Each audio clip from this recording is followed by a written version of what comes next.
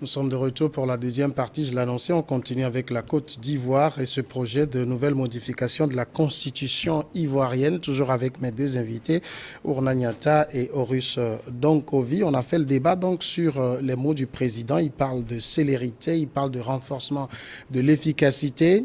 Le président Alassane Ouattara, Horus Donkovi, a eu soin de le dire. Je propose donc une nouvelle modification de la Constitution, mais ce n'est pas ce que vous croyez. Qu'est-ce que nous croyons? Non, je pense qu'il a le souvenir de s'être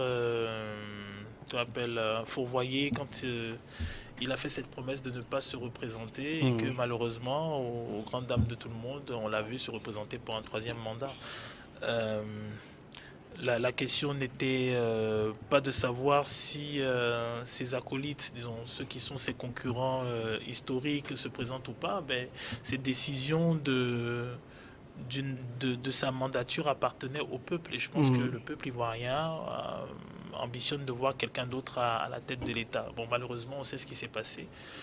Il a rempilé pour ce troisième mandat et je pense qu'il y a une certaine unanimité, plus ou moins, sur le fait que les Ivoiriens ne voudraient pas un quatrième mandat de M. Alassane Ouattara, même si on voit qu'il y a certains qui estiment que la Côte d'Ivoire, dans ces années, ont bénéficié de certaines largesses, qu'il y a eu un développement de certaines infrastructures, que le pays, en tout cas médiatiquement, brille par un certain dynamisme. Bon, voilà.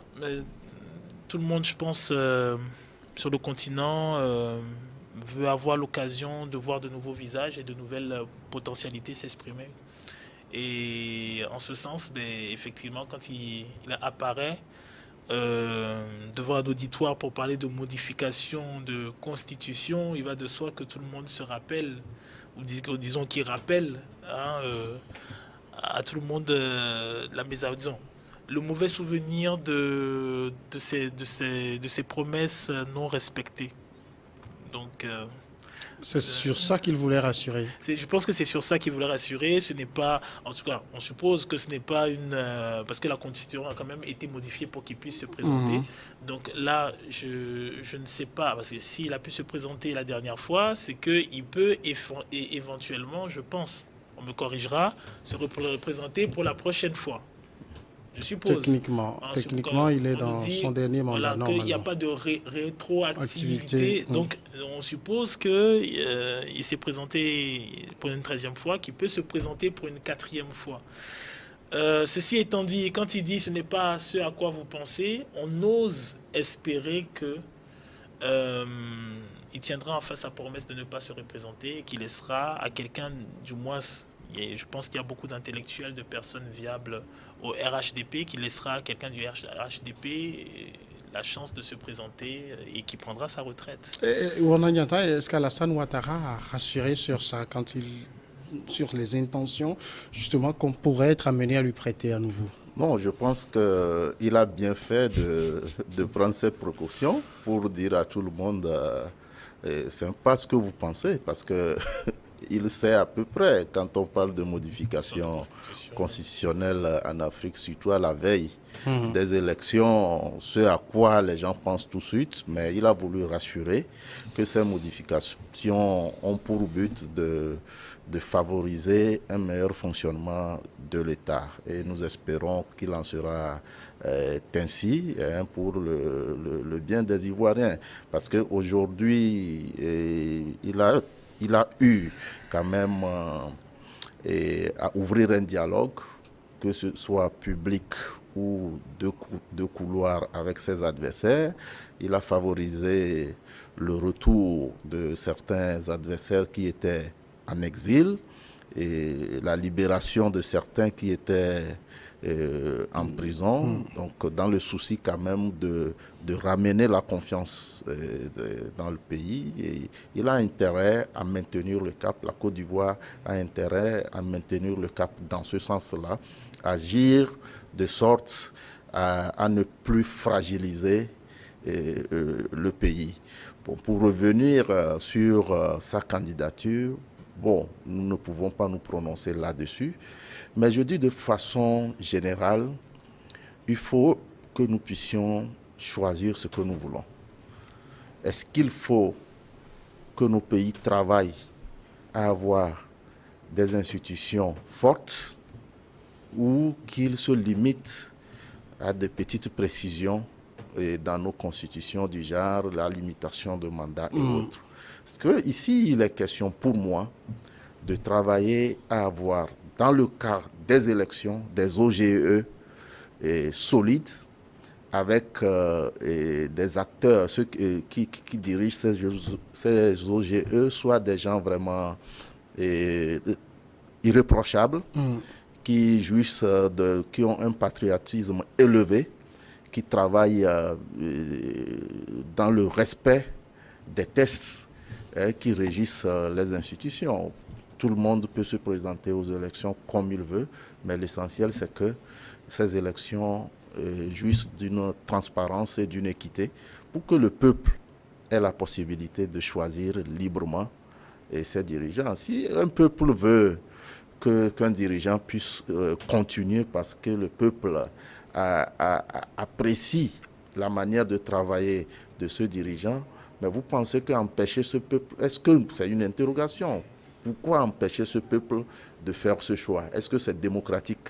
Est-ce que c'est démocratique d'empêcher un peuple qui se retrouve dans le travail d'un dirigeant de le laisser continuer pendant un temps? Est-ce que le fait d'empêcher ce peuple n'est pas aussi antidémocratique? Il faut qu'on y réfléchisse, il faut qu'on choisisse les points sur lesquels il faut travailler pour le renforcement de la démocratie et la stabilité de nos sociétés. Vous savez, depuis les années 90, nous avons connu assez de drames parce que nous n'avons pas suffisamment réfléchi au choix.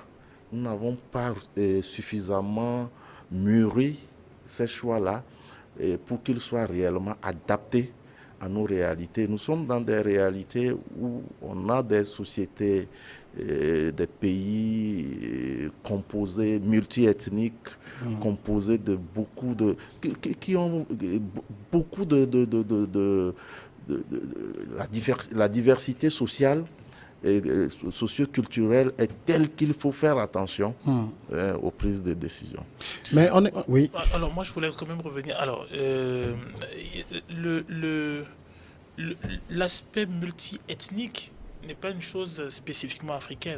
Vous allez notamment en France, vous avez les Basques, les Bretons, et ils ont même eu les Corses, voilà. Maintenant, ceci étant dit, généralement, alors la Constitution, à la base, elle est choisie par le peuple. On parle de référendum, il y a une Constitution qui est établie, ainsi de suite. Maintenant, là où se situe le vice qu'il peut avoir, c'est le fait que un groupe de personnes peut se prévaloir de la changer, de la bidouiller, de la modifier, sans réintervention de ce même peuple auquel on avait fait recours pour la voter. Oui. Donc cela sous-entend que on a décidé de façon consensuelle d'aller dans une démarche bien précise et qu'après il y a une cellule ou un groupe qui décide de la modifier pour avancer. Ceci étant dit, je trouve que lorsque vous parlez de personnes intègres, de personnes qui puissent répondre aux aspirations du peuple en termes de gestion, en termes d'organisation et ainsi de suite, je pense que l'élément qu'on ne cite pas et qui pour moi ne tient pas de la Constitution, c'est la justice. C'est la capacité pour nos enquêteurs d'enquêter, pour nos juges de juger, pour nos procureurs de situer les responsabilités et, de situer les peines et, les pénalités pour ceux qui détournent ou ceux qui font de mauvais trucs, que ce soit un acteur de la politique, un acteur financier ou ainsi de suite. Donc, on va avoir un cadre qui va permettre l'élection fiable de personnalités, mais il faut avoir à côté la justice qui puisse être, on va dire, le bâton du peuple qui réprime celui qui le dupe. Oui. Tout à fait. Voilà. Alors, peut-être la dernière question que j'aimerais poser ici, nous sommes quand même en train de parler de ce même président qui, il y a quelques années seulement, disait à qui veut l'entendre qu'il allait passer le pouvoir à une nouvelle génération. Malheureusement, celui qui l'a placé, Amadou Gon Coulibaly, est passé de vie à trépas. Et puis il a senti qu'il avait encore de l'énergie pour revenir. Quand ce président vous dit ce n'est pas ce à quoi vous pensez, est-ce qu'on n'est pas en droit d'en douter?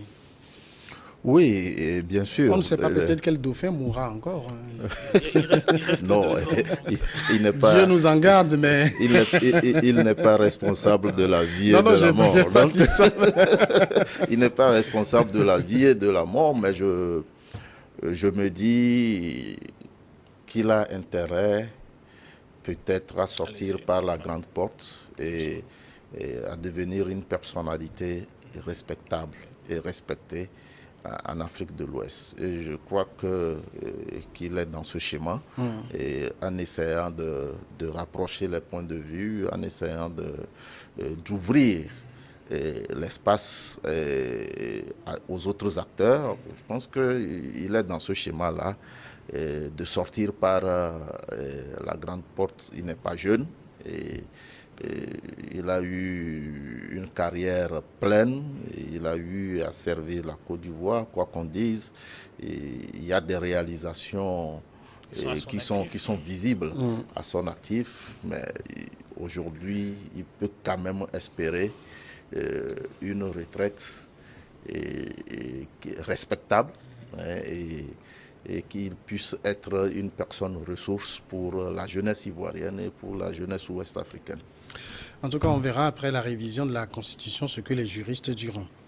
Nous passons maintenant au Togo. C'est le dernier sujet. On va parler aussi de quelque chose qui est devenu l'actualité dans le pays, parce que depuis le 27 avril dernier, le président de la République togolaise a accordé sa première interview à la presse privée. Le président de la République togolaise, Faure Sozimna Gnassingbé, est réputé n'est pas être une personnalité qui s'exprime énormément.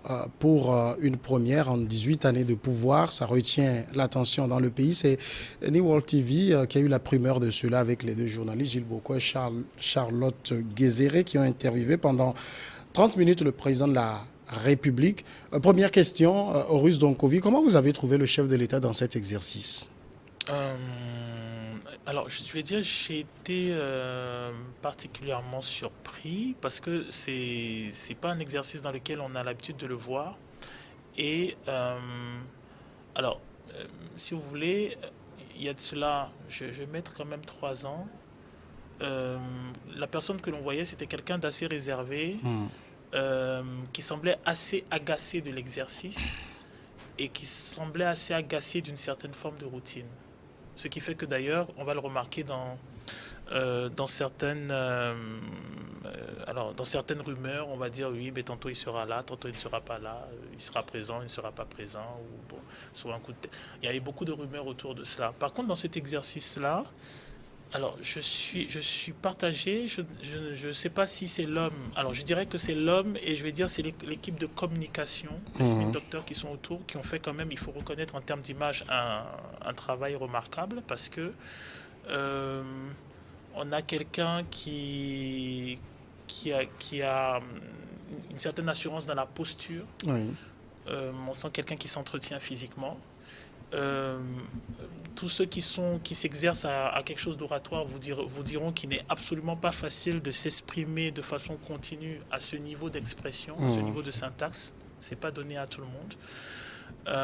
Et donc, je suis particulièrement étonné. Sur la forme, je trouve que c'est un exercice de communication très réussi. C'est-à-dire, on a, si vous voulez, un président dans l'air du temps qui, comment dirais-je, a le soin de sa personne, le soin de son expression, et qui n'est pas sur la défensive quand il s'agit de s'exprimer. Après, sur le fond... On va revenir sur le fond tout à l'heure. Je pose donc la même question également à Aruna Niata. Comment vous avez trouvé l'exercice? Est-ce l'exercice en lui-même était séduisant?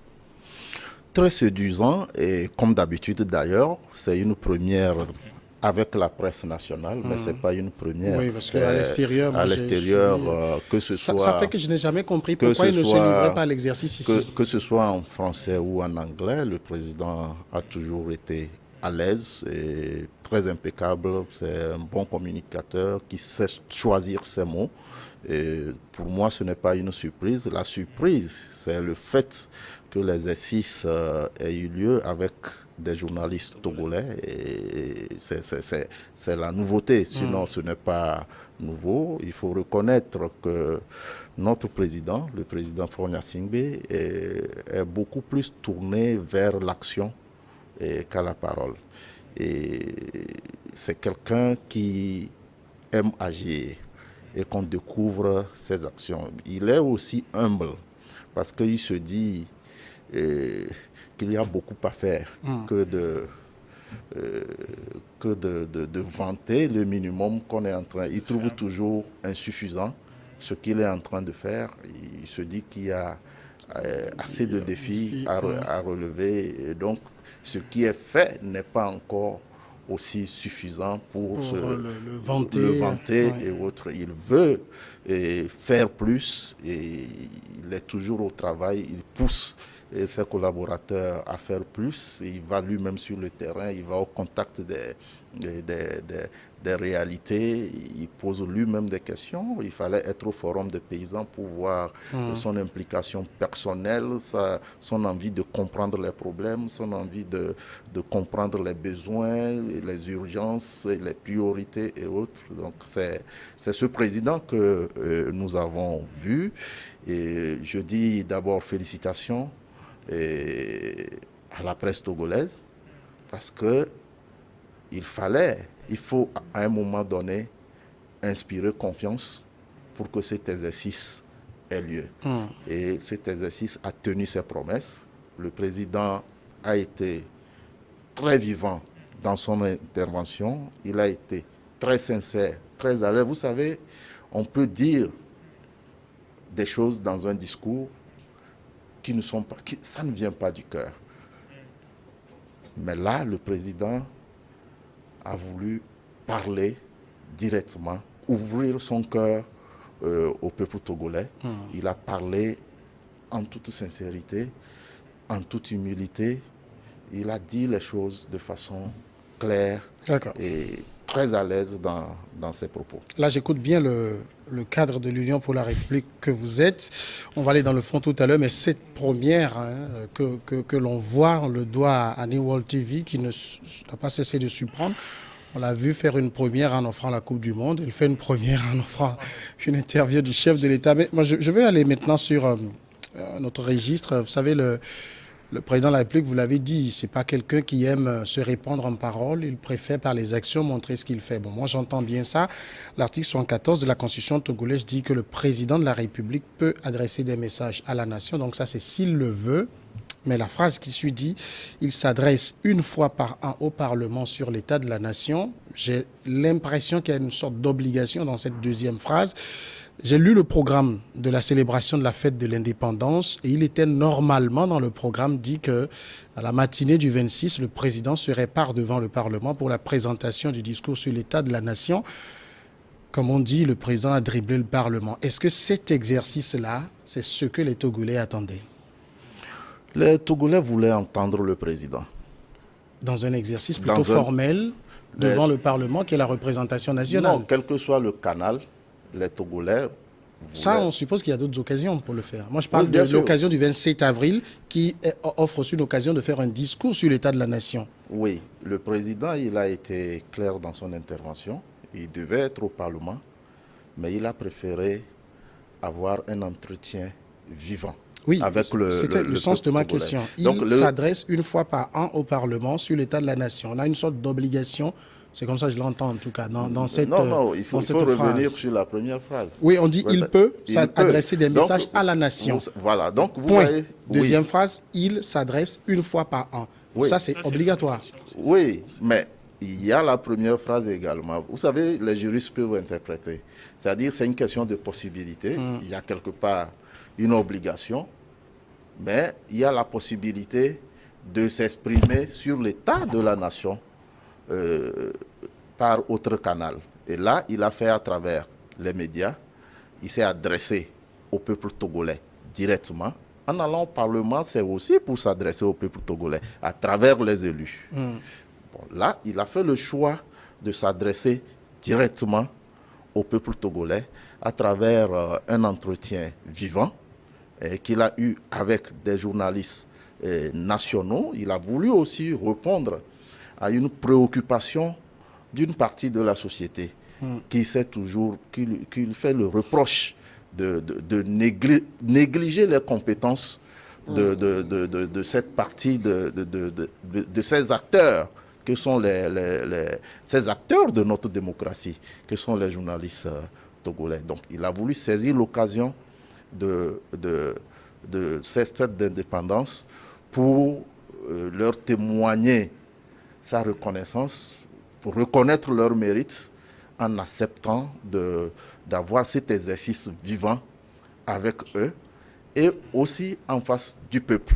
Et donc c'était vivant. L'objectif était quand même, le peuple attendait écouter son président de la République sur les grandes questions et le peuple l'a écouté et a apprécié. Ouais, si vous faites le tour, les Togolais... On n'a pas un sondage véritable qui nous dit si l'on a apprécié ou pas. Non, moi je peux vous le dire parce que j'ai écouté les Togolais, j'ai écouté nos adversaires d'ailleurs, je peux le dire, j'ai écouté plutôt nos adversaires dire mais monsieur le président pourrait ne plus avoir de porte-parole au gouvernement parce qu'il est un bon, il peut mieux, il explique mieux les choses. J'ai entendu nos adversaires le dire dans les coulisses. Je vais croire ce que vous dites, Russe Donkovi. Je reviens toujours sur ce cadre formel qu'établit la Constitution. Il y a deux choses. Il peut adresser des messages à la nation. Donc on suppose un message télévisé. Le président s'adresse à la nation, mais il s'adresse une fois par an au Parlement. Donc, non seulement il s'adresse, mais le lieu est indiqué et ça a une connotation obligatoire. Alors pour moi, je pense que, en tout cas quand j'écoute ce qui est lu, le fait de s'adresser au Parlement est quelque chose d'essentiel, d'obligatoire et d'important. Parce que là, il s'agit de personnes qui ont un mandat et qui possèdent les dossiers sur lesquels va porter le message du président. Et donc, l'exercice n'est pas le même. L'opération qui a été faite, c'est une opération séduction. On y découvre un président qui était plutôt taciturne, plutôt reclus dans son coin et qui laissait libre cours à toutes sortes de rumeurs à son endroit. Donc, par conséquent, pendant très longtemps, on avait l'impression qu'on ne connaissait pas notre chef d'État. On le connaissait à travers des rumeurs. Donc on supputait. Ah, il aime ça, il est comme ça, il est ceci, il est comme ça. On supputait. Là, on a quelqu'un qui va rentrer dans un autre type d'exercice qui est celui très, très à la mode d'avoir un président dynamique, possédant, possédant ses dossiers. Et allant au-devant des choses en disant c'est moi le responsable, je ne fuis pas mes responsabilités. Il le fera d'ailleurs à chaque fois quand il cause. Il y a un moment il dit mais oui, nous avons décidé de prendre telle décision. Bon, ceci est de mon fait. Voilà. Il y a une prise de responsabilité. Il y a une nouvelle forme de posture. Mais on le voit même quand il va, lorsqu'il va voir le défilé. Dans la dextérité avec laquelle il va saluer les gens et tout ça. Donc on a tout un exercice, voilà. Mais ça c'est tout à fait normal. Mais attention, cela n'a pas valeur. Cela n'a pas valeur d'un rapport avec le Parlement. On doit s'exprimer sur des dossiers précis. Ce qui peut expliquer d'ailleurs la frustration de certaines personnes quand ils écoutent le discours. Donc on a un président qu'on sent qui possède ces dossiers, qui précise, qui donne des informations, mais des informations générales. Mais après, on a la frustration de ne pas le voir percuter sur certaines questions. Non, Par exemple, je donne un exemple. Non, je voudrais faire clarifier quelque chose. Et le passage du président devant, après c'est quelque chose de symbolique, et il n'y a pas de période prévue pour cela. Oui, tout à fait. Et donc, il ne faut pas tout de suite aller à des conclusions hâtives. Mais en général, il a fait toujours le 26. Il avait fait les fois où il a fait, ça a été toujours le 26 avril. Il n'y a aucun test Oui, je ne dis pas qu'il y a un test, mais je fais juste référence à la jurisprudence que lui-même il a créée. Oui, mais il n'y a aucun test qui amène le président à choisir cette période pour aller devant le Parlement. Mais là, le président choisit cette période pour s'adresser au peuple. Et donc, il l'a fait à travers un entretien. Et là, ça, c'est un acquis. Maintenant, pour ce qui est de l'acte symbolique et de l'État, qui consiste à ce que le président aille devant le Parlement, il a encore toute l'année, il a encore toute la possibilité de le faire à une période de l'année. Il n'y a pas une imposition, il n'y a pas une date prévue pour cela. Nous nous en tenons à l'adresse au peuple à travers cet entretien avec la presse nationale. Et je pense que c'est à l'occasion de la fête de l'indépendance qu'il l'a fait. Pour ce qui est symbolique, on verra. Parce que quand on voit même le format, alors on sent que le format, alors, si vous voulez, on a brossé de façon parcellaire tout ce qu'il y avait comme grand dossier. Mais après, alors moi, par exemple, ma frustration vient du fait que il y a des... Je trouve que on sent quelqu'un qui a ses dossiers. Maintenant, après, il y a des projections. Il y a un certain nombre de... Quand il parle de l'informel, quand il parle des investissements qui sont faits dans l'agriculture, quand il parle de l'investissement par rapport à l'emploi de la jeunesse. Bon, par exemple, on va remarquer qu'il a sauté tout ce qui avait rapport à la corruption, à la justice et ainsi de suite. Donc voilà, il y a un certain nombre de points disons, il y a une frustration de ne pas l'entendre dessus parce que justement, on n'a pas entendu les subalternes qui sont les tiens dessus. C'est-à-dire, à la base, l'exercice est rapide, c'est un exercice de temps. Je voudrais vous dire que le président n'a pas à revenir sur certaines questions sur lesquelles il s'est déjà prononcé. Sur la question de la corruption, sur la question de la justice, le président s'est déjà prononcé sur ces questions. Il a été on ne peut plus clair. Et là, il est dans l'action. Dès ses premières interventions, et il est passé après à la création de certaines structures qui n'existaient pas. Vous savez, à l'arrivée du président Faure Gnassingbé au pouvoir, la Cour des comptes n'existait pas. La haute autorité de lutte contre le APLUSIA n'existait pas. Il a créé ces institutions. Moi, je ne veux pas trop aller dans le détail, mais j'entends par rapport à ce que dit Horus. Je résume comme ça. L'exercice, vous l'avez dit, c'est un bel exercice qui manque de punch. Bon, ça c'est votre avis. Non, moi c'est une question que je pose. C'est-à-dire, je résume ce qu'il dit dans une question comme ça. Je ne donne pas d'avis. Je ne donne pas d'avis sur ce qu'il a fait. Vous savez, vous êtes journaliste. Vous savez, c'est un entretien journalistique et il a eu à répondre aux questions de vos collègues et il a si bien répondu. Et je crois qu'il y avait un temps imparti à l'entretien comme l'émission que nous avons ici. Je peux demander à parler pendant toute l'émission, mais vous avez aussi à donner la parole à mon co-débatteur. Donc le président a pu être précis, concis et clair dans ses réponses vis-à-vis des journalistes. Il y a, parce que là je vais aller maintenant peut-être, puisque Ouna Niatal dit il y a eu des réactions, j'en ai lu quelques-unes également sur les réseaux sociaux. Certains disent que les questions étaient un peu trop conciliantes pour le président. Il était un peu trop à l'aise dans l'exercice, qu'on aurait pu avoir un président un peu plus bousculé que ça. Alors, est-ce que les questions étaient conciliantes? Je pense que, oui, peut-être les questions étaient en griffe soft. Après, je pense que dans les réponses, il donne certaines précisions. Par contre, ce qui est vrai, c'est qu'il n'est pas bousculé parce que, si vous voulez, il a son rythme d'élocution. Voilà. On va dire ça comme ça. Il a une certaine rythmique d'élocution.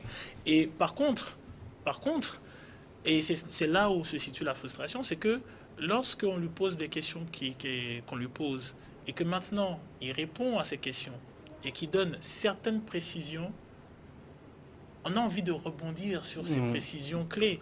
Ouais. Parce que elles orientent, elles pourraient éventuellement orienter la nation sur ses projections. Ouais. Et effectivement, quand on lui pose la question de savoir quelles sont ses projections, il botte en touche.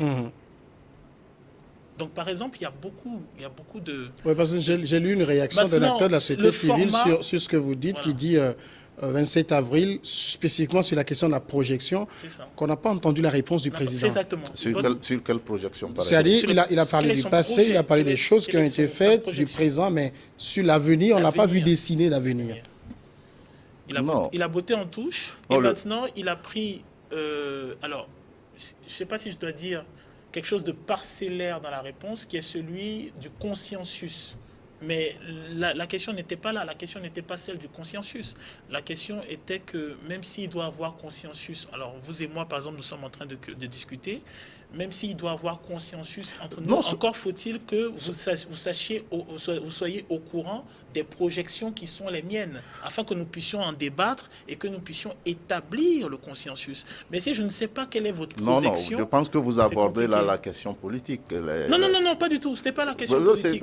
C'était la question vraiment dans ce qui concerne l'économie, les projections sur la jeunesse. C'est-à-dire 63 ans et l'avenir. Absolument pas la question politique. Parce que la question politique, si vous remarquez, elle a été... il a parlé d'année électorale, il a dit tout ce que les... Il n'a pas traîné là-dessus. Non, je pense que l'entretien avait un temps et on aura tout le temps d'expliquer davantage. C'est quand même la parole présidentielle, on la décortique dans tous les sens. On aura tout le temps d'expliquer davantage. La communication présidentielle aussi aura tout le temps d'expliquer davantage la sortie, les réponses du président. Le président a abordé la question du terrorisme, où il a expliqué les réponses préconisées par le gouvernement togolais. Mais il a été très sincère en disant aux Togolais de se préparer parce que ça va être long. La bataille va prendre du temps. Parce que ce n'est pas une bataille du Togo, mais c'est tous les pays qui doivent se mettre ensemble. Si le Togo garantit la stabilité, que le Burkina et le Bénin n'arrivent pas à le faire, on sera toujours dans le même combat. Il a expliqué clairement. Mais il faut reconnaître une chose, c'est ce même président qui a anticipé. Et c'est ce qui d'ailleurs nous protège aujourd'hui. Parce que au moment où on parlait de la refondation de l'armée, personne ne s'attendait à ce que le mouvement terroriste arrive vers nous. Donc, il a commencé très tôt par la refondation de l'armée, la création des régions, des régions militaires. Et très tôt, il a anticipé en mettant en place l'opération Koundouaré et maintenant les programmes d'urgence de développement au niveau avant que ces menaces-là n'arrivent. Et c'est heureusement que nous avions le pays à anticiper par ces mécanismes-là. Et heureusement. C'est ce qui nous protège, c'est ce qui limite un peu les dégâts. Il faut mettre ça à l'actif du président qui a été très visionnaire sur le plan sécuritaire. On l'a bien entendu au Nanyata, mais par rapport à la question de la projection, est-ce que vous avez été satisfait quand moi j'ai suivi l'entretien sur cette question précise? Je me suis dit, il n'a rien dit en fait. Le président n'a pas le temps de tout dire, mais est-ce que ce n'était pas l'occasion de le dire? Ou est-ce que vous amenez le bateau Togo? C'est la question. Vous savez, actuellement, c'est un peu complexe pour tous les chefs d'État face à la situation de crise. Vous êtes en train de dire qu'il n'a pas de lisibilité? La situation de crise actuelle. La situation de crise, ce n'est pas les 15 ans. C'est-à-dire, on est pratiquement dans 15 ans. Oui. On est d'accord. Oui. Donc, si vous êtes chef d'État pendant 15 ans et que vous dirigez un pays, c'est que forcément vous avez une projection. Vous avez une projection ça pour fait le Togo 18 ans qu'il est au pouvoir. Voilà, vous avez une projection pour le Togo dans 30 ans, dans 40 ans, dans 50 ans. Bien Maintenant, sûr. là où se situe la chose, c'est que, bon, il y a l'aspect terrorisme, mais après, il a parlé de l'agriculture. Bien sûr. Il a parlé de l'emploi des jeunes. Oui. Il a parlé des investissements. Bien sûr. Il a parlé de l'informel. Oui. Il a parlé... Et lorsqu'il développe, alors, ce qui est étonnant, c'est qu'il y a des points, je trouve, qui sont très intéressants qu'il précise. Comme par exemple, il dit nous ne devons pas nous inscrire tout simplement dans l'exportation du soja bio et que nous Bien sûr, devons bien produire sûr, bien nous-mêmes sûr, ce que bien nous sûr, consommons. bien sûr. Par exemple, c'est intéressant. Ce sont des projections dont vous parlez. Voilà. Aujourd'hui, quand vous prenez le secteur spécifique de l'agriculture, la vision du président est claire. Nous devons produire et transformer. Alors, le problème avec cette vision-là, par exemple, le problème avec cette vision-là, c'est bien. Sauf que le même discours, mais le général Gnassingbé le faisait à son époque dans les années 80. Autosuffisance alimentaire. Vous avez même des pancartes dessus. Il n'y a pas du nouveau. C'est pour dire que ce qui est intéressant, alors là, ce qui est intéressant, c'est que il y a la pertinence critique de souligner un certain nombre de points et de montrer que on s'est aperçu d'un phénomène. Quand par exemple il dit ce n'est pas l'État qui crée les emplois, il faut des investissements. Bien on sûr. s'est aperçu d'un phénomène. Oui. Ce n'est pas le soja que l'on va envoyer, il faut de la production locale. Bien on s'est sûr. aperçu d'un phénomène.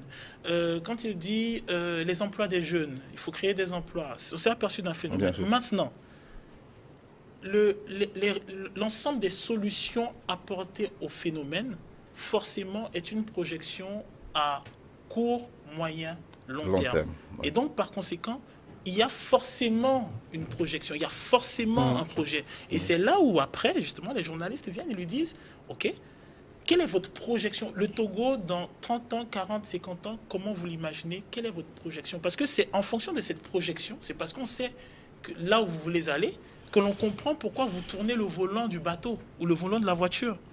Et donc, à partir de là, à partir de ce que vous proposez, on peut émettre une critique en disant, mais alors, je donne un exemple. Non, la projection de Fidel Castro n'est pas celle, par exemple, d'Emmanuel Macron. Je crois que je vais revenir sur l'intervention. Le président a parlé du PND. Oui. Et Il a expliqué même, il a expliqué pourquoi ce changement entre le PND et la feuille de route gouvernementale. De façon pertinente, Oui. cette transformation et avec la feuille de route. Voilà. Donc la il y a feuille de l'énorme route, constat qui- la feuille de route comporte en elle des projections. Non, la feuille de route comporte en elle des solutions. Oui, non, mais ce sont des projections. Il y a des projections. Elle comporte en elle des projections à court, moyen et long terme. Et ce n'est pas au cours de cet entretien qui va se mettre Non, mais la frustration vient justement à que détailler ça. il a l'art dans la manière de s'exprimer, de pouvoir résumer et d'être concis. Ce que j'ai pu sentir après cet entretien, et je le sens dans vos propos, les Togolais voulaient qu'ils prennent davantage de temps. Oui. Vous savez, tout à fait. les gens avaient encore envie de l'écouter. Parce qu'ils appréciaient la pertinence de Et parce qu'ils ne retrouvent pas les réponses qu'ils souhaiteraient oui, les dans Togolais, les non, collaborateurs, les Togolais, justement, les Togolais trouvent que sa sortie est plus pertinente que d'autres personnes. Exactement. Et donc, ils voudraient qu'il aille davantage au fond. Mais sur les questions de projection, il a eu des occasions antérieures de préciser vers où le Togo doit aller économiquement. Et il a eu toutes les occasions pour le faire, mais je pense qu'il y aura d'autres occasions. Le président, il a les oreilles, il écoute, il aura d'autres occasions pour expliquer davantage sa vision. Alors, donc je reviens sur la question agricole. Quand vous entendez un président de la République dire, je dis à mes collaborateurs, mais quand on parle de millionnaires, oui, tout à fait. il faut que demain, on puisse dire qu'un agriculteur est millionnaire. Vous voyez un peu. C'est-à-dire, cette phrase même dessine sa vision du monde agricole. Cette phrase seule, elle dessine, si vous voulez la décrypter, elle dessine sa vision du développement du monde agricole. Quand on parle de projection, je vous donne un exemple. Par exemple, pour rebondir sur ce que vous venez de dire, on a l'ambition d'une société, l'émergence de structures agricoles viables avec un jeu. Ces projets-là, comme je le dis, Nyerere l'a fait. Le président Yadema en parlait. Donc cela veut dire que, alors c'est peut-être le problème qu'il y a avec notre génération, c'est que parfois on a l'impression que c'est nous qui initions, alors qu'en réalité les sujets étaient déjà d'actualité même aux indépendances. Donc après 63 ans après 63 ans, s'il y a déjà eu ces perceptions-là et qu'il y a eu échec, pourquoi y a-t-il eu échec? Et en fonction de ces échecs, quels sont les rectificatifs et quelles sont les projections, les nouvelles projections? Les Donc, rectificatifs... c'est là où vient justement la pertinence de l'expression, disons, du fait qu'il puisse s'exprimer au Parlement. Parce qu'effectivement, là, on est dans une opération séduction. Je vais vous donner un exemple. Et au Parlement, on peut peut-être approfondir un peu plus. Je vais vous donner un exemple précis. Vous prenez le Centre régional de mécanisation agricole. Effectivement, il y en a eu dans le temps. Mais il y a eu échec. Et à l'époque, le centre était une propriété de l'État. Mais aujourd'hui, vous voyez un centre de mécanisation qui se réalise en PPP, en partenariat public-privé, parce que là, ce n'est plus l'État, mais c'est les privés qui mettent les moyens et qui sont obligés de veiller à ce que le business se pérennise, que les choses se fassent convenablement. Alors, c'est une façon d'éviter de tomber dans les erreurs du passé et mieux avancer. Le président de la République a compris qu'il dit ceci: nous voulons créer des usines de transformation de tomates. Oui, il a bien détaillé, il a bien expliqué. Est-ce qu'il faut produire les tomates en période uniquement en période de pluie? Est-ce qu'il faut produire notre agriculture doit dépendre du ciel? Non. Il faut créer les conditions de production pérenne pour pouvoir transformer et créer de l'emploi, créer de la plus-value à notre économie. Alors là, qu'est-ce qu'il faut faire? Créer des retenues d'eau, des barrages et autres pour que l'agriculture puisse être pérenne. Voilà un peu, on peut pas, il y a beaucoup d'aspects sur lesquels, quand nous prenons le secteur agricole, le président a exprimé clairement même sa vision au forum du paysan. La vision est plus que... Voilà, donc c'est la mécanisation, la disponibilité de l'eau de façon pérenne pour que nous puissions atteindre l'autosuffisance alimentaire, que nos usines que nous voulons créer puissent avoir de la matière à transformer. Voilà. Alors, le président n'a eu que 30 minutes, moi il m'en reste 3. Donc, on ne va pas pouvoir aller trop dans le détail. Mais il y a eu aussi certains qui se sont demandé, l'exercice il est beau, mais qu'on aurait pu, parce que c'est le président qui s'exprime, qu'on aurait pu avoir des journalistes de la TVT. Laissez-moi répondre à ça. C'est New World, quoi. On ne va pas discuter ça. On a eu la primeur de ça, donc on ne va pas aller... Non. L'exercice a été bien mené, de toute façon. Vous savez, New World TV est une initiative privée. Et je voudrais vous rappeler, si vous suivez très bien le président, il encourage le développement des initiatives privées. Ouais. Et donc, vous voyez, sa vision économique, c'est le développement des entreprises privées. Que ce soit dans tous les domaines, il a une vision du développement des entreprises privées. Bon, quand un groupe privé comme New World arrive à faire des exploits, arrive à diffuser la Coupe du Monde, une première d'ailleurs en Afrique francophone, dire qu'une chaîne partie du Togo a réussi à arracher ce contrat au grand groupe et diffuser avec une certaine qualité la Coupe du Monde des Nations. Il est normal que le chef de l'État, le premier Togolais, s'affiche avec cette chaîne pour l'encourager. Encourager ses privés à faire davantage. C'est en somme deux choses. Encourager l'initiative privée en acceptant de soutenir un modèle de réussite. Et c'est aussi une réponse du président en disant, vous, les journalistes togolais, vous avez de la qualité. Vous avez de la ressource. Je ne vous néglige pas. Oui, parce que là, ça, c'était la question que j'allais passer maintenant à Maurice Donkovi. Peut-être on dira, c'est un coup de sec, coup de maître, on aimerait qu'il y ait d'autres coups. Hein. Oui, alors ce qui serait intéressant, c'est que l'exercice se répète. Après, moi, je suis beaucoup plus intéressé par le fond. Hein, tout à l'heure, vous m'excusez parce que j'ai failli vous couper la parole, mais c'est tout simplement parce que je voulais vous dire que vous êtes d'accord avec le fait que la Chine soit communiste et que les États-Unis soient un pays capitaliste. Les deux ont des gratte-ciel. Mais les deux n'ont pas une économie fondée sur les mêmes principes. Bien sûr. C'est de ça quand je parlais de projection. Non, bien sûr, j'ai compris votre question. J'ai compris votre question. Mais nous, vous savez, nous avons un modèle, un modèle mixte. On peut plus aller dans le fond parce que nous avons un modèle mixte. Vous avez, le Togo n'est pas purement dans le libéralisme.